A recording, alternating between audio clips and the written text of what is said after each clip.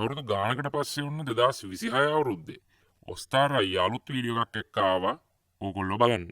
අද අපි මේ වීඩියෝ එකට එකතු කරගන්නවා ගම් වතුර ආධාර හොරකම් කරන මල්ලිලා, කැම වේලක් කන්න Facebook එකේ සල්ලි හොයන කුක්කු පෙන්න නාක්කලා, පොරටෝක් දීලා කොල්ලගෙන් ගුටි කන නංගිලා, පොඩි කැපැසිටි සිලින්ඩර් එකේ දෙකේ බයික් තාම ජපානයේ හදනවා කියලා හිතන පුංචි මල්ලිලා සහ හොනට් ගල්ලාම් ලක්ෂ 20ට කෙට්ටුවෙන් විකුණන්න හදන අයියලාව.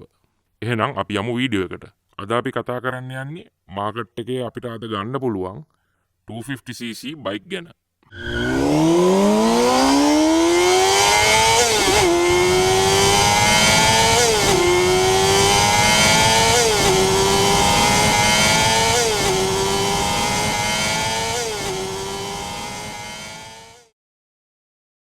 දෙදස් 25දී වාහන ගෙන්නන්න පටන් ගත්තත් හරි හම මෝටර් බයික් එකක් එන්න පටන් ගත්තේ අවුරුද්දේ අග වගේ වෙනකොට. අවුරුද්දේ මුල ඉන්දියන් කම්පැනි වලට ඉඩ දුන්නා හිතූ හැටියට බයික් ගෙන්නන්න. නමුත් අපිට දකින්න ලැබුණේ කමියුටර් බයික් සහ ස්කූටර්ස් විතරයි. අලුත් 250 බයික් එකක් ගන්න ඉන්න සල්ලි එකතු කරන් ඉන්න ඔයාට හදිස්සි නොවි සල්ලි වලට ගන්න පුළුවන් පට්ටම බයික් පහක් ගැන තමයි අද කතා කරන්න යන්නේ. අංක 1 Suzuki V-Strom 250 SX. මේ වෙනකොට ඉන්දියාවේ ගොඩක් කතා බහට ලක්වන බයික් එකක් තමයි මේක. ඉන්දියාවේ සහ ලෝකයේ වැඩියම විකිරෙන 250 ඇඩ්වෙන්චර් බයික් එකක් තමයි Suzuki V-Strom SX 250 කියන්නේ. තනි සිලින්ඩරේ වැල්ව් 4 ඔයිල් කූල් එන්ජිමක් තමයි මේකේ තියෙන්නේ. ඒ වගේම ගියර් 6ක් තියෙන මේ බයික් එක EFI single overhead cam bike එකක්. ඉස්සරහා අඟල් 19 වීල් එකක් සහ පිටිපස්සේ අඟල් 17ක වීල් එකක් තියෙනවා.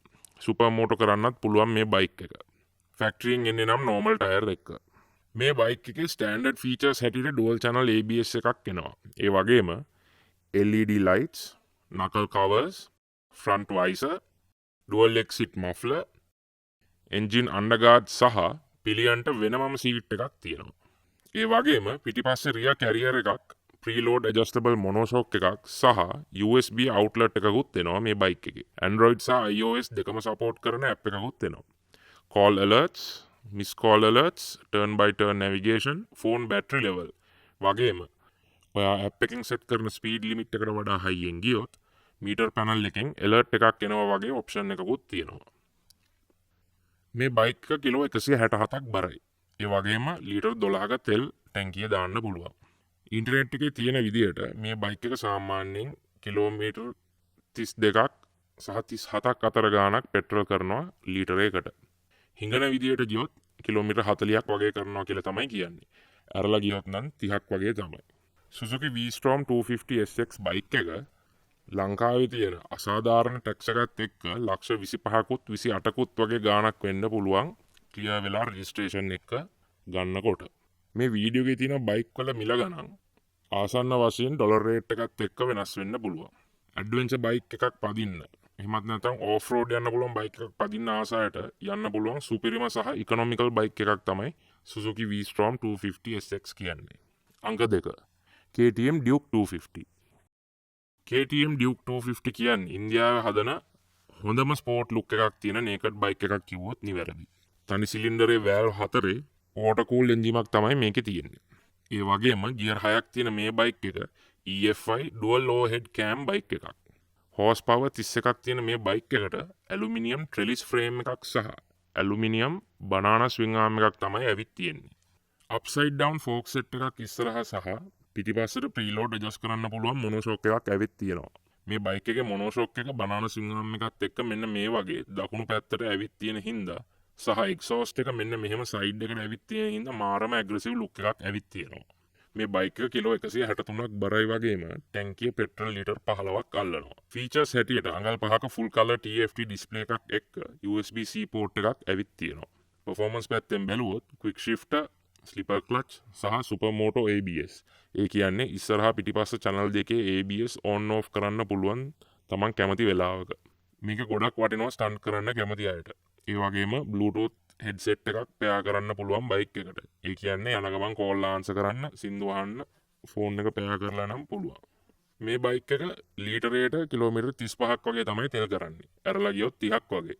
තෙලින් ගන්නෙක් නම් ලොවෙත් මේ බයික් එක ගැන හිතන්න එපා. ලංකාවේ අසාධාරණ ටැක්ස් එකත් එක්ක මේ බයික් එක රුපියල් ලක්ෂ 25කට ආසන්න ගාණක් වෙනවා. කොම්පැනියෙන් ගෙන්නන්න ගත්තොත් ලක්ෂයක් දෙකක් තව අඩු වෙයි. ස්පෝර්ටි බයික් එකක් පදින්න එහෙමත් නැත්නම් කමියුට් කරන්න කියන දෙකටම බයික් එකක් ඔයා හොයනවා නම් ඔයාට යන්න පුළුවන් සුපිරිම බයික් එකක් තමයි KTM Duke 250 කියන්නේ.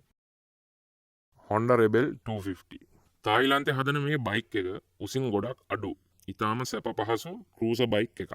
කලින් ආපු Rebel එක අවුරුදු 30ක් පමණ එකම ඩිසයින් එක ආපු හින්දා මේ වෙනකොට අලුත් වෙලා වෙළඳ පොළට ඇවිල්ලා තිනවා. විශේෂ දෙයක් තමයි මේ බයික් එක ක්ලච් එකක් ඇතුව හෝ නැතුව ගන්න පුළුවන්. තනි සිලින්ඩරේ වැල්ව් 4 වෝටර් කූල් එන්ජින් එකක් තමයි මේ බයික් එකේ තියෙන්නේ. ඒ වගේම ගියර් 6ක් තියෙන මේ බයික් එක EFI dual overhead cam bike එකක්. Honda Rebel 250 බයික් එකේ ගොඩාක් අලුත් ෆීචර්ස් නම් නැහැ. E-clutch එකක් තමයි Honda කම්පැනි මාකට් කරන්නේ. ඒ කියන්නේ ඉලෙක්ට්‍රොනික ක්ලච් එකක් තමයි මේ බයික් එකේ තියෙන්නේ. ගොඩක් වයසින් වැඩි රයිඩර්ස්ලට සැපට ගොඩක් දුර යන්න පුළුවන් බයික් එකක් තමයි මේක. Rebel 250 එකේ E-clutch නැති මොඩල් එක මිලියන් ටිකක් අඩුයි. හෝස් පවර් නැතුව ටෝක් හොයන කට්ටියට වටින බයික් එකක් තමයි මේක. හෝස් පවර් 19ක් තියෙන මේ බයික් එකේ ටෝක් තියෙනවා Newton metre 22ක්.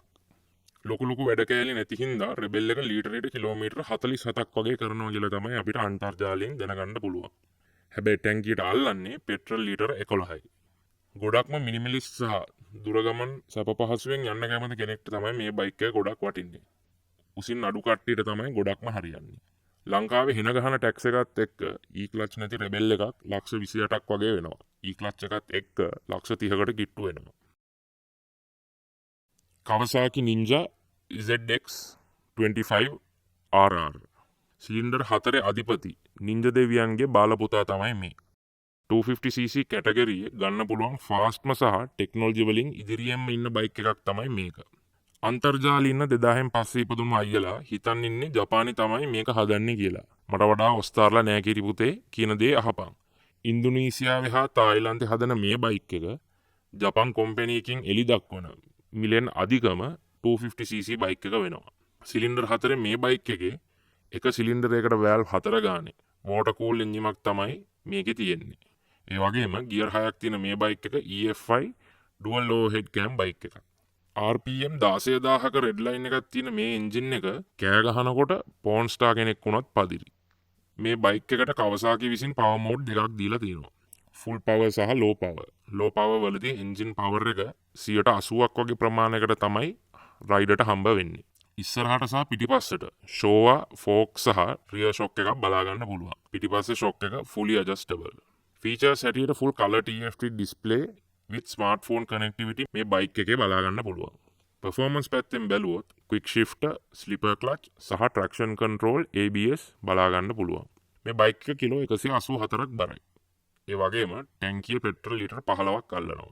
Ninja ZX 250 RR එක තෙල් කොච්චර කරනවද කියලා වගේ මෝඩ හිඟන ප්‍රශ්න අහන්න එපා. මේක සිලින්ඩර් 4ක්. ලංකාවේ හෙන ගහන ටැක්ස් එකත් එක්ක මේ බයික් එක ලක්ෂ 40ක් වෙනවා රෙජිස්ටර් කරන්නත් එක්ක. මේ බයික් එක රේස් ට්‍රැක් එකට දාන්න පුළුවන් රෝඩ් බයික් එකක්. මේක ගොඩාක්ම වැදගත් වෙන්නේ ගොඩක් සල්ලි තියෙන ගෙදරක හොඳ වාහනයක් දෙකක් තියෙන කෙනෙක්ට. ගෙදර තියෙන එකම වාහනේ හැටියට මේක ගන්න හදනවා නම් බත් කන එක නවත්තන්න. හරි.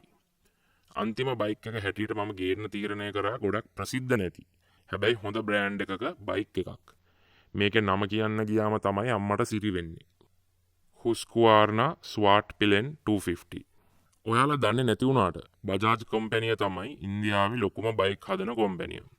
Kawasaki, KTM සහ Husqvarna කියන ජපන් යුරෝපියන් කම්පැනි ඔක්කොගේම තනි සිලින්ඩරයේ බයික් හදන්න බාර දීලා තියෙන්නේ බජාජ් කම්පැනියට. මේ බයික් එකටම නියුන් සහෝදරයෙක් ඉන්නවා විට් පිලෙන් කියලා. මේ දෙන්නම එකම බයික් එක බොඩියේ විතරයි පොඩි වෙනස්කම් තියෙන්නේ. ඒ වගේම තමයි KTM Duke 250 බයික් එකේ ගොඩාක් පාර්ට්ස් මේ බයික් එකට සෙට් වෙනවා. බජාජ් කම්පැනිය මේ බයික් තුනටම මෙකැනිකල් පාර්ට් බොහොමයක් එක සමානව හදනවා. විට් පිලෙන් එක කැෆේ රේස පෙනුමක් තියෙන බයික් එකක් සහ ස්වාට් පිලෙන් එක ස්ක්‍රැම්බ්ලර් පෙනුමක් තියෙන බයික් එකක්.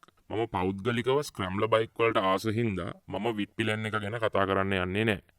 මොකද දෙකම පෙනුම හැරුණම එකම බයික් එක හින්දා. තනි සිලින්ඩරේ වැල්ව් 4 වෝටර් කූල් එන්ජිමක් තමයි මේකේ තියෙන්නේ. ඒ වගේම ගියර් 6ක් තියෙන මේ බයික් එක EFI single overhead cam bike එකක්. මේ බයික් එක කිලෝ 154ක් බරයි වගේම ටැංකිය පෙට්‍රල් ලීටර් 13ක් අල්ලනවා. මේකේ බ්‍රේක්, සස්පෙන්ෂන් සහ ෆ්‍රේම් එක Duke 250 එක හා සමානයි. එකම විදියට තමයි බජාජ් කම්පැනිය ඩිසයින් කරලා තියෙන්නේ. නමුත් ඩියුක් එකට වඩා මේක බරින් අඩුයි. ස්වාට් පිලෙන් 250 බයික් එක ඩියුක් එකට වඩා කිලෝ 10ක් විතර අඩු හින්දා ඩියුක් එකට වඩා චුට්ටක් ෆාස්ට් මේ බයික් එක. තෙල් නම් ලීටරයට 32ක් වගේ කරන්නේ. ඇරලා ගියොත් 30ක් වගේ. තෙල් හිඟන්නෙක් නම් ලොවෙත් මේ බයික් එක ගැන හිතන්න එපා. ලංකාවේ හෙන ගහන ටැක්ස් එකත් එක්ක මේ බයික් එක රුපියල් ලක්ෂ 25ක් 26කට වගේ ආසන්න ගාණක් වෙනවා. ඒ වගේම දැනට මේ බයික් එක ගෙන්නන කවුරුත් නැහැ. මොකද හුස්කුවාර්නාචර ලංකාවේ ප්‍රසිද්ධ නැති හින්දා. ඩියුක් එකේ ඇග්‍රෙසිව් ලුක් එක සෙට් නැති කෙනෙක්ට මේ බයික් එක ඉතා හොඳ තේරීමක්. කෙටියෙන්ම කිව්වොත් ඩියුක් 250 එකම වෙනම බොඩියක් තියලා වගේ කතන්දරයක් තමයි මේක. හරි ඉතින් දැන් අපි වීඩියෝ එකේ අගට ඇවිල්ලා තියෙන්නේ. මට සල්ලි ප්‍රශ්නයක් නොතිබුණා නම් මම අනිවාර්යෙන් මේ ලිස්ට් එකෙන් ගන්නේ Kawasaki ZX25RR එක. හැබැයි සල්ලි ප්‍රශ්න නැත්තම් ඇත්තටම ZX4RR එකක් ගන්න පුළුවන් තව මිලියනයක් වගේ දීලා. මම කාලයක් තිස්සේ තෙල් කරන සහ අලුත් 250cc බයික් එකක් හොයන කෙනෙක් හින්දා මම තෝරගන්නේ මේ තියෙන බයික් පහෙන් Suzuki V-Strom 250 එක. Honda Rebel 250 එකට හොඳ මීටර් පැනල් එකක් එනවා නම් මම තෝරගන්නේ Rebel එක. මොකද V-Strom එකට වඩා Rebel එකේ ප්‍රොඩක්ෂන් ක්වොලිටි එක ටිකක් හොඳයි. මේ තියෙන්නේ මම ආස කරන තෝරාගත් 250cc බයික් කීපයක් පමණයි. ඔයාගේ අතේ තියෙන ගානට හොඳ අලුත් බයික් එකක් ගන්න ලැබේවා කියලා මේ අලුත් අවුරුද්දේ මම ප්‍රාර්ථනා කරනවා. 90 ගණන් වල පට්ට ගහපු හොනට් ගල්ලාම් ලක්ෂ 10න් උඩ නම් ගන්න එපා. මේ වීඩියෝ එක වැදගත් වුණත් නැතත් ලයික් එකක් දාලා ඔස්තාරායට සබ්ස්ක්‍රයිබ් කරන්න අමතක කරන්න එපා. උඹලට ආතල් එකක් දෙන මට පොඩි සබ් එකක් දුන්නට එන ගහන්නේ නැහැ නේ බා. නින්ජා දෙවි පීටයි ඔක්කොටම. කරුණක් 2025 අවුරුද්ද මනුෂ්‍ය ඉතිහාසයේ මුල්ම වරට ඉලෙක්ට්‍රික් වාහන පෙට්‍රල් ඩීසල් වාහන වලට වඩා විකිරුණු අවුරුද්ද බවට පත් වුණා. වටින කියන රෙයා පරණ පෙට්‍රල් කාර් සහ බයික් තවත් ගණන් යන තත්ත්වයක් උදා වෙයි ඉස්සරහට.